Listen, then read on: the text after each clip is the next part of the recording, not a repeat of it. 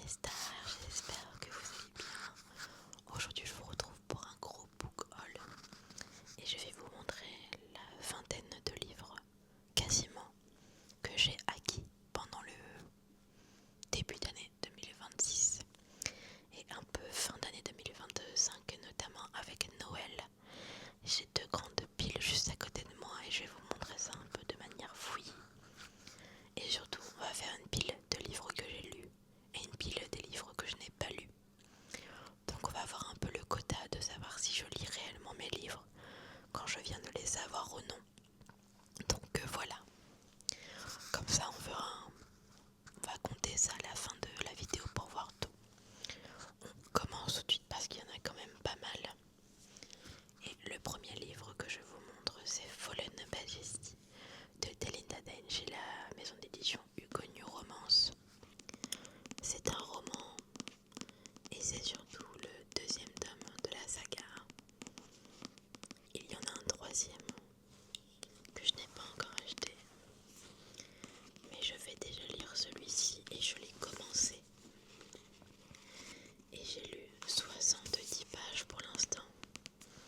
Il est dans mes lectures en cours vu que je l'ai commencé cette semaine au moment où je tourne la vidéo. Je pense le lire très rapidement parce qu'il m'intéresse vraiment beaucoup et c'est un livre que j'ai eu à mon anniversaire. Mais il ne compte pas encore dans la pile des livres lus, malheureusement.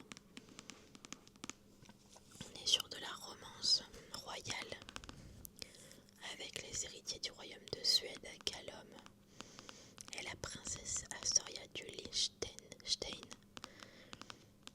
qui est depuis sa naissance destinée à un autre homme. Je ne vous en dirai pas plus parce que j'ai pas trop envie d'en savoir moi-même plus. Et j'ai très hâte simplement de pouvoir le continuer parce que c'était un début de lecture très très agréable. Ensuite, on a un livre qui est une entrée récente. Vu qu'au moment où je tourne la vidéo, c'est un livre que j'ai obtenu hier. J'ai été à la sortie d'un roman et à l'occasion il y avait quelques petites activités où l'on pouvait gagner un livre, mais également un micro. Vous savez, les petits micros où vous pouvez changer de voix, mettre de l'écho, mettre de la lumière. Et j'ai gagné ce petit concours qui était, ma foi, très marrant à faire. Alors, c'est un peu loufoque, mais nous devions lire une scène de livre spicy devant tout le monde. Et je suis la première à être passée, je me suis chauffée et j'ai gagné ce livre-ci, d'autant plus qu'il y avait l'autrice sur place, donc elle a pu me le dédicacer.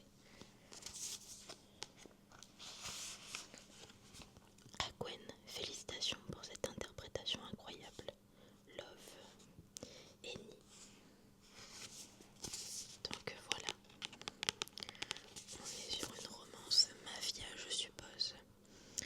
Et je vous lis du coup le petit résumé. Vengeance. Eléa n'a plus que ce mot dans le cœur. Depuis 2 ans, elle traque l'assassin de son père et a même intégré la police pour infiltrer le gang qui est coupable de son malheur. Son but est clair, faire tomber Mac, le mystérieux chef de cartel dont personne ne connaît le visage à n'importe quel prix. Une fois qu'elle est enfin admise dans le gang, un obstacle de taille se dresse sur sa route. Jay, le dangereux bras droit du parrain, pour atteindre sa cible.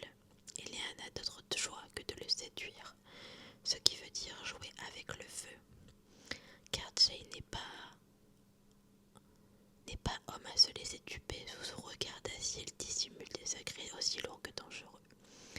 Il refuse de la laisser approcher Mac, tout comme il refuse de céder à leur attirance mutuelle.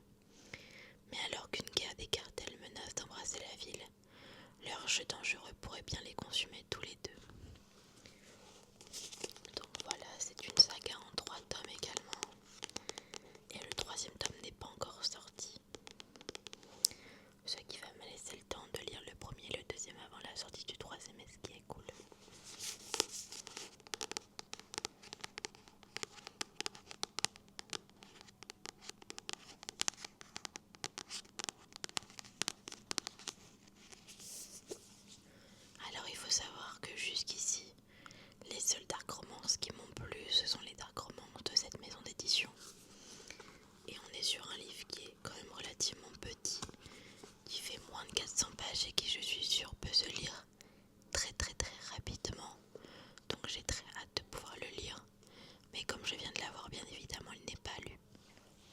passe ensuite à un autre poche, qui est le dernier conte La Pomme d'Or de Alexiane Thiel, que j'ai eu l'occasion d'avoir à mon anniversaire. Et celui-ci, pour le coup, il est lu. Et on est sur de la fantaisie et on va suivre la dernière fée encore en vie, puisque ma reine, la bonne fée, est morte. Ariane doit sauver l'univers des contes car la nuit approche et avec elle la mort de toute chose. Pour cela, il lui faut créer un nouveau conte. Mais les héros n'existent plus. À court de solutions et de temps, Ariane débarque dans notre monde et enlève le premier homme à peu près convenable qu'elle croise. Trouillard et rêveur, Warren n'a rien d'un héros, mais Ariane, guerrière redoutable, est bien déterminée à faire de lui un véritable prince charmant, même si pour cela elle doit découvrir la sombre vérité qui se cache derrière les contes. Donc je l'ai lu dans l'occasion de mon 7 jours 7 livres. Donc c'est un livre lu sur 3 pour l'instant.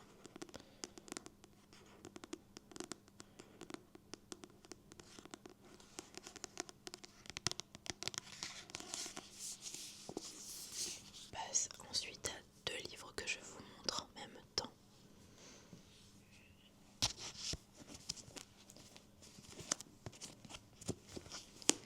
Et on est sur le tome 2 et 3 de la saga La femme de ménage de Freda McFadden, qui pour le coup sont des thrillers. J'ai eu le tome 2 à Noël et le tome 3 à mon anniversaire.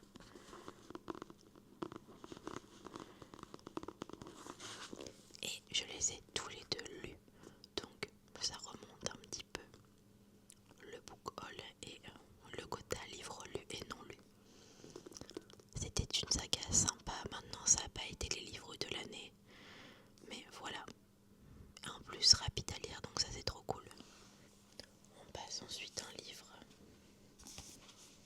que j'ai vraiment très envie de lire, et on est sur West Wild tome 1, donc de Lena Kiefer chez Knox Albin Michel, qui est une maison d'édition que j'adore.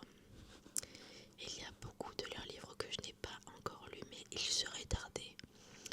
Je pense fortement qu'il y a un moment dans l'année où je vais me faire un marathon de livres Knox. Celui-ci je lis à Noël, non à mon anniversaire, par ma copine Emmanuelle. Regardez-moi cette couverture qui est absolument magnifique. Frappés par une tragédie, séparés par des familles ennemies, ils ne devraient pas s'aimer et pourtant. 2 ans qu'Elena Weston n'était pas retournée à New York. 2 ans que sa sœur Valérie et le petit ami de celle-ci, Adam Codwell, ont été retrouvés morts après une nuit de fête et d'excès. À l'époque, Elena n'avait pas eu le courage d'affronter la haine de la famille Caldwell. Aujourd'hui, elle n'a qu'un objectif, laver la réputation de sa sœur, mais dans sa quête de la vérité, elle se heurte à l'implaçable Jessia, le frère d'Adam.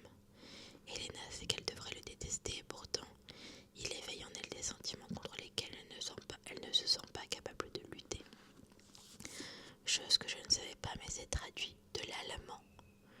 Et c'est Laurence Assuy qui l'a traduit. Et bien j'ai très hâte de le lire pour ensuite pouvoir enchaîner avec le tome 2 et le tome 3 que j'irai acheter très rapidement je pense, mais ce livre aussi n'est pas lu. Donc on est à une égalité parfaite pour l'instant sur les livres lus et non lus. On enchaîne avec une bricasse vu que c'est un très gros livre comme vous pouvez le voir. Il en existait plus gros mais déjà là on est pas mal. Et on est sur le 6e tome de la saga Addicted des sœurs Ritchie. Et c'est un livre que je n'ai pas lu. Alors j'attends un peu pour le lire. Surtout que les autres tomes soient sortis parce que je compte en faire un vlog. Et souvent j'aime bien un peu les enchaîner. Mais je pense que je vais quand même essayer de le lire le mois prochain. essayé d'espacer mes lectures entre celui-ci et les autres, parce que les livres sont quand même un peu gros et un peu longs à lire.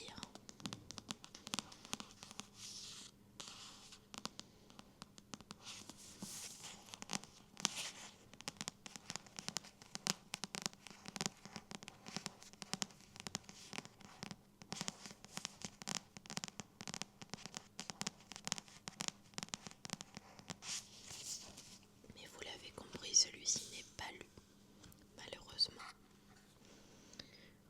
Je prends ensuite un livre qui est absolument magnifique, et on parle de La Maison des Pancakes aux fraises de Laurie Gilmore, qui est beau par sa couverture, mais également par son jaspage absolument trop mignon. C'est un livre que je voulais lire dès sa sortie, mais il y a malheureusement des livres qui sont passés un petit peu avant. Mais je le garde pour un petit vlog lecture du printemps. Et on est sur le 4e tome de la saga Dream Harbor de Laurie Gilmore, où on va suivre Archer qui est chef mondialement célèbre et père solo. Il n'aurait jamais cru troquer ses cuisines étoilées pour un diner spécialisé dans les pancakes, niché dans une petite ville. Mais Dream Harbor a besoin d'un chef et lui d'un endroit où élever sa petite olive, avec un coup de main. Iris n'a jamais réussi à garder un emploi plus que quelques mois, alors quand elle apprend qu'Archer cherche une nounou à domicile, son instinct lui hurle de filer loin, très loin. Et pourtant la voilà plongée dans une nouvelle vie, une fillette craquante, des montagnes de pancakes et un patron canon qui aime cuisiner, et une tension impossible à ignorer. Rester pro, facile à dire mais alors vraiment pas à faire. Une cosy romance parfaite pour le printemps entre un single date débordé et une nounou attachante. Ça me fait franchement penser à Code Up, donc le 4e tome de la saga des Windy City. Même si je pense que la vibe sera quand même relativement différente parce que le cadre n'est pas le même. Alors comme je vous l'ai dit, je sais que je vais le lire très très très bientôt. Mais étonnamment, la saga Dream Harbor, c'est une saga que je mets quand même pas mal de temps à lire. Alors que ce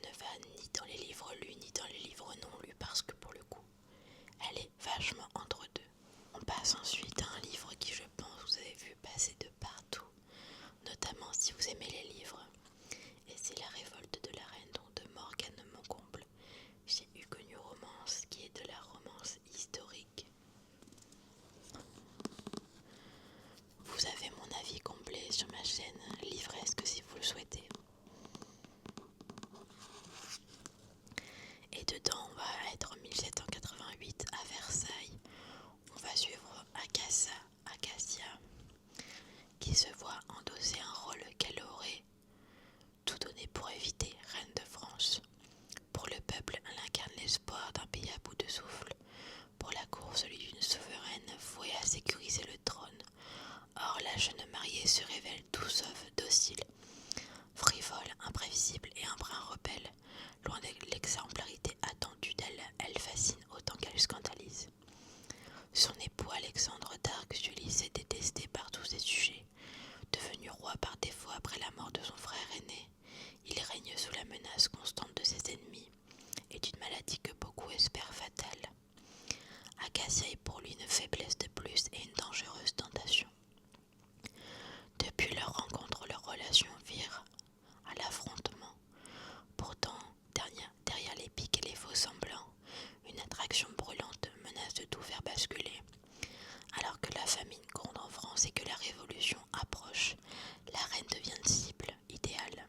Acacia devra choisir entre se plier au rôle qu'on lui impose ou continuer de défier les règles pour changer le cours de l'histoire, quitte à tout perdre, même l'homme qu'elle n'aurait jamais dû aimer. Donc voilà un peu pour le pitch que je trouve très très intéressant. Et il va dans la pile des livres lus. On continue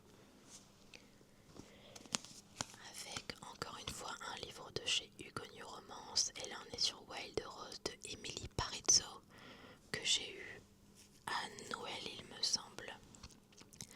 J'ai prévu de lire celui-ci dans un 24 heures de lecture très bientôt, là, cette semaine.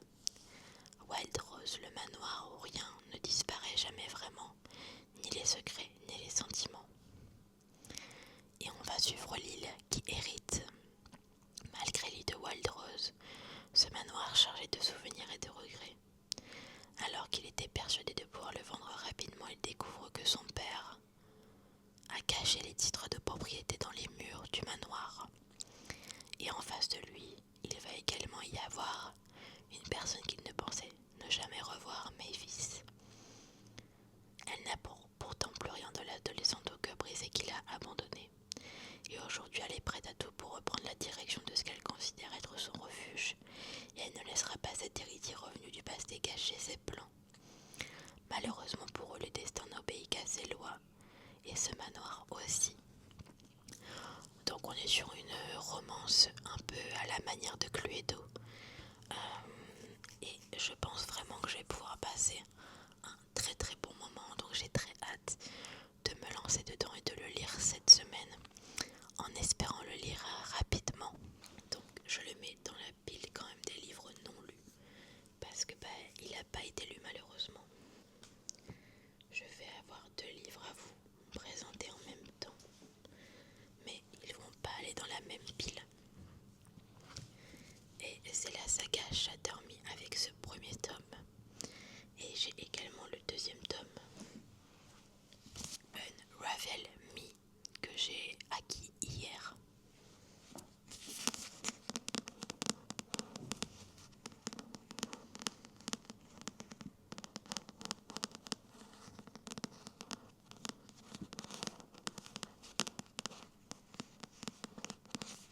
C'est une saga de dystopie qui, je pense, vous avez vu passer partout, vu qu'elle a fait quand même pas mal de bruit.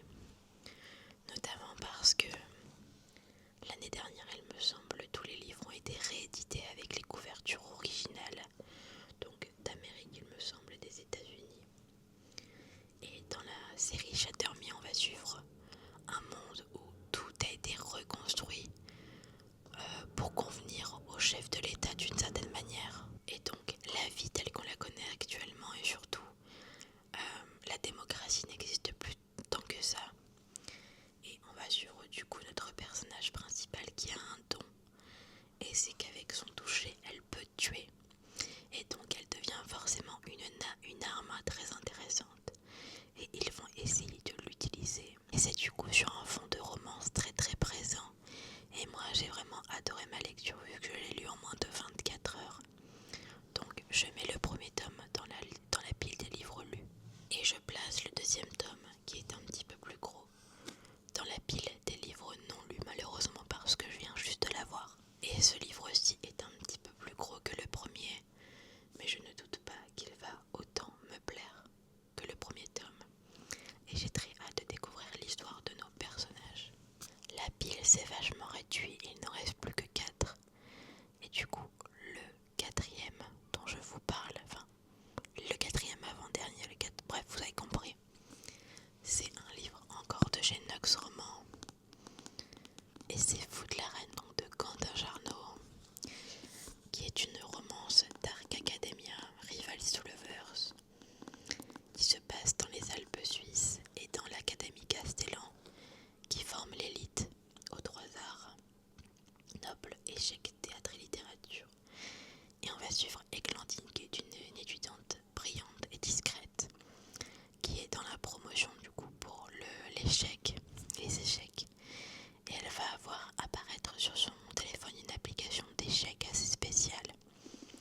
Donc au début elle va jouer tranquillement et lorsqu'elle va perdre un premier pion, l'image d'un de ses camarades de classe va apparaître et va être parée d'une croix et elle va le retrouver mort dans l'établissement. Et elle va le retrouver mort avec son grand rival, Riven, qui lui aussi va aider à trouver qui est l'acteur de tous ces meurtres. Donc voilà, et c'est un livre que j'ai lu et je pense que les 3 derniers vont vraiment remonter la pile à lire des livres lus, donc ça c'est trop cool. Je vous parle ensuite d'un livre qui a été un coup de cœur pour moi et c'est le théorème des moyennes parfaites, donc de Léonore Larc, qui est un roman qui parle de sujets durs mais qui n'est absolument pas triste, bien au contraire. On est sur un livre qui parle de reconstruction, d'amour et de bienveillance, vu qu'on va suivre Juliette, qui n'aspire qu'à une chose, la normalité. Et donc pour ça, elle a créé le théorème des moyennes parfaites, qui est un théorème qui lui permet de vivre dans la moyenne et d'avoir la vie parfaite. C'est-à-dire qu'elle doit avoir un comportement moyen, avoir des personnes autour d'elle qui sont moyens, pour lui permettre d'être invisible et en sécurité tout simplement. Et sa voisine va déménager et elle va voir apparaître comme nouveau voisin Gabriel, qui lui est absolument tout le contraire d'une personne de la moyenne. Vu Gabriel aime justement qu'on le remarque, qu'on le voit, et l'indifférence que Juliette a de lui va devenir un peu un défi pour lui. Mais le problème c'est que Gabriel est addict à des substances qui sont tout sauf naturelles. Et plus Juliette lui résiste, plus elle l'obsède. Et Juliette le sait lui tendre la main, c'est risqué de se noyer avec lui. Et cette fois-ci, elle n'est pas certaine de pouvoir survivre à la vague. Donc je vous le conseille fortement, franchement, parce que j'ai pleuré à la fin de ce livre parce que j'ai trouvé très émouvant, mais dans le bon sens du terme, il montre l'espoir en fait de plein de choses et de plein de sujets que moi j'ai adoré. Donc vous aurez mon avis dans la prochaine vidéo et peut-être lecture plus détaillée, mais en tout cas j'ai adoré. Hop, du coup il va dans la pile des livres lus. On a ensuite de la romantaisie encore une fois avec Les Héritiers du Chaos, donc de Laura Eswell, le premier tome, Pacte de sang, où on va suivre Neva qui depuis sa naissance occupe une place particulière dans son coven. Elle est l'héritière d'Azel, la sorcière légendaire ayant mis fin à la guerre qui faisait rage contre les vampires et les démons. Et tous s'attendent à la voir obtenir des pouvoirs hors normes. Et donc ce sont des espoirs qui pèsent lourd sur ses épaules. Et quand le chaos s'abat sur les siens, Neva est isolée et prête à tout pour sauver ceux qu'elle aime. Elle n'a pas d'autre choix que de se retourner vers un ennemi de longue date et de réveiller un vampire avide de vengeance, quitte à nouer avec lui un pacte de sang qui pourrait bien bouleverser son existence tout entière. Vous avez déjà eu mon avis sur ce livre aussi que j'ai beaucoup aimé. Et c'est un livre lu qui va dans la pile des livres lus. Ça commence et ça c'est cool. Et ensuite je vous parle de The Last God, donc de Ines Egg, le tome 1, que j'ai acquis le mois dernier et que j'ai lu dans la foulée. Et on va suivre Lucinda, la déesse de la lune et de la nuit, qui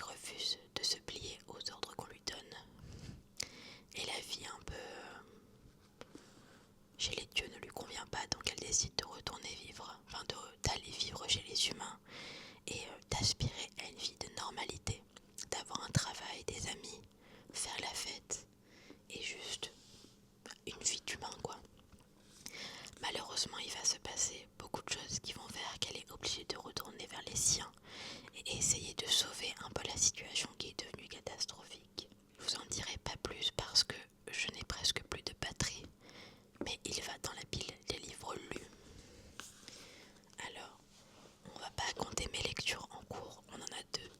Donc on a 1, 2, 3, 4, 5, 6, 7 livres non lus et 1, 2, 3, 4, 5, 6, 7, 8, 9 livres lus.